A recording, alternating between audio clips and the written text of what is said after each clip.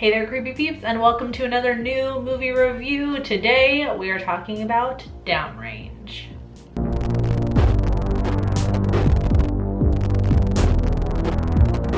Before I get into the review though, I want to say a quick thank you to my creepy patron peeps for your support of my channel. Thank you so much. If you want to find out the perks to being a creepy patron peep, you can follow that link in the description.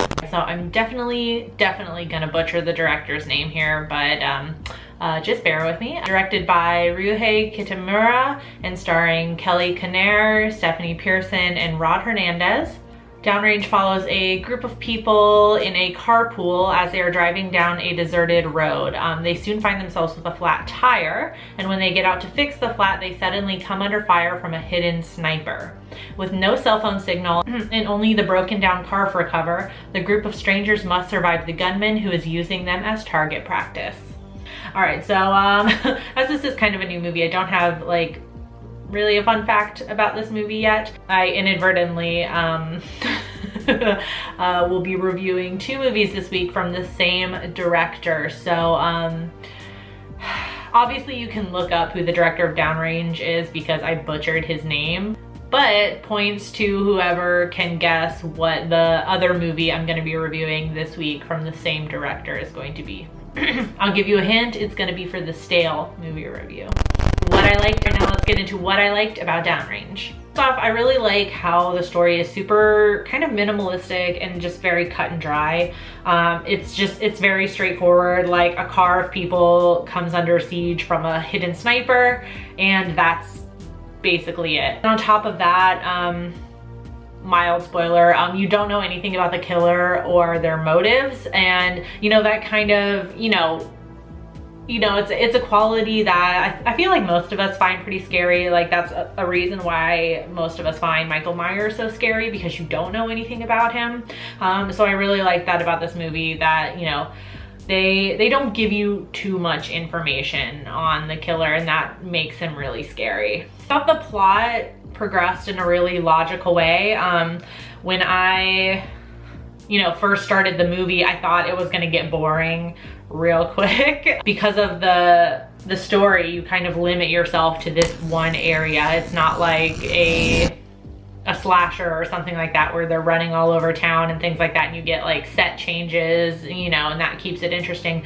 We are in the, right at the beginning of the movie, the car, the tire goes out and they start coming under fire from the sniper, and I thought it was gonna get boring really fast, and luckily it didn't. I think they space out the events really well. Like obviously right when the sniper starts shooting, a few people get picked off, so that already kind of like weeds out some of the cast. And without spoiling too much, you do get the occasional car that does come down the road and things like that, so that kind of keeps things interesting just when you think it's going to get too stale and boring. Do what I didn't like. Okay, but now we have to move on to what I didn't like about Downrange. So despite all of that good stuff I just said about the movie, the acting and the dialogue were terrible.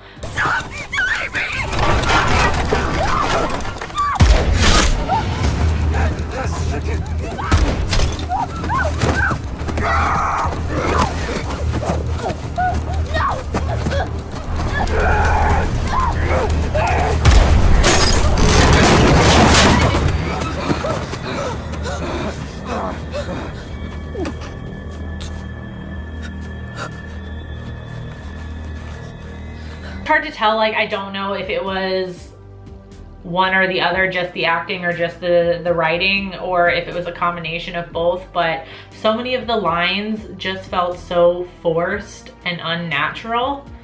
And as much as I don't know what it is, I'm kind of like, my gut is kind of leaning towards like it could just be inexperienced actors. Speaking about the actors and their characters, I didn't care about a single character in this movie. I skimmed a few reviews after I wrote mine that talked about how you did care about the characters, and I don't know, maybe if it was just like, the way I was watching it or something, or I couldn't relate to any of them. I didn't care about a single one of them. And I don't know, they just to me, from my view, they did not develop any of the characters really well, or any of the most important characters really well. It's okay not to develop some characters. Like, you have a car full, I think when the movie starts out, it's like 7 or 8 people or something like that. So obviously some people are just gonna be for the body count, you know? And that's just the way it is. You don't need to care about those characters necessarily, but I feel like you should care about the main character, the person who's gonna end up making it to the end of the movie. I feel like you should care about that person. Like I said, they don't give you any information on the killer, so it's obviously about the characters. Otherwise it would be about the killer and we would know all about the killer. And I mean, the ending was just okay. Like, I mean, if you've seen a few movies, you can probably guess how it's gonna end, especially when like the last scene starts. I'm not gonna give anything away about that, but like, I guessed it about a full 2 seconds before I was like, oh, I bet you this is gonna happen, and then it did. Sorry, that was super vague and doesn't tell you anything, obviously. Like, wow, Vicky, super amazing, you guessed that, we don't know what it is. But yeah, I mean, it was okay. It was predictable. That's all. Worth watching. So, was Downrange worth watching? Not in my opinion. I can definitely see why some people have been enjoying this movie for sure. It just wasn't for me. Normally something this minimalistic would be exciting for me, and I'd be, you know, because I usually like a more simplistic plot, like you know, I don't like anything too like over saturated or convoluted or anything like that.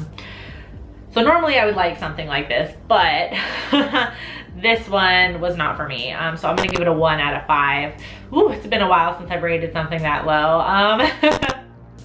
On IMDb though, it has a 5.3 out of 10. On Rotten Tomatoes, it has a 67% critic score, but a 29% audience score.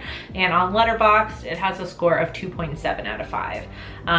So like I see all of my movies, I watch them on Amazon Video. Although this one is available on Shudder, that's how I watched it, because I have my Shudder subscription through Amazon. I still watch.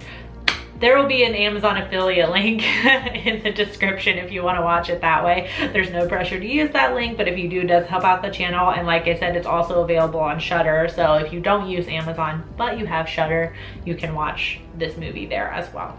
So I do hope you enjoyed this video. If you did, please give it a thumbs up. Be sure to subscribe if you're new here and become a Creepy Peep today. I post videos Monday through Friday. And if you want to be notified when any one of my videos goes live, you can ring that bell next to the subscribe button as well. Thank you so much for watching, and until next time, stay strange. Bye.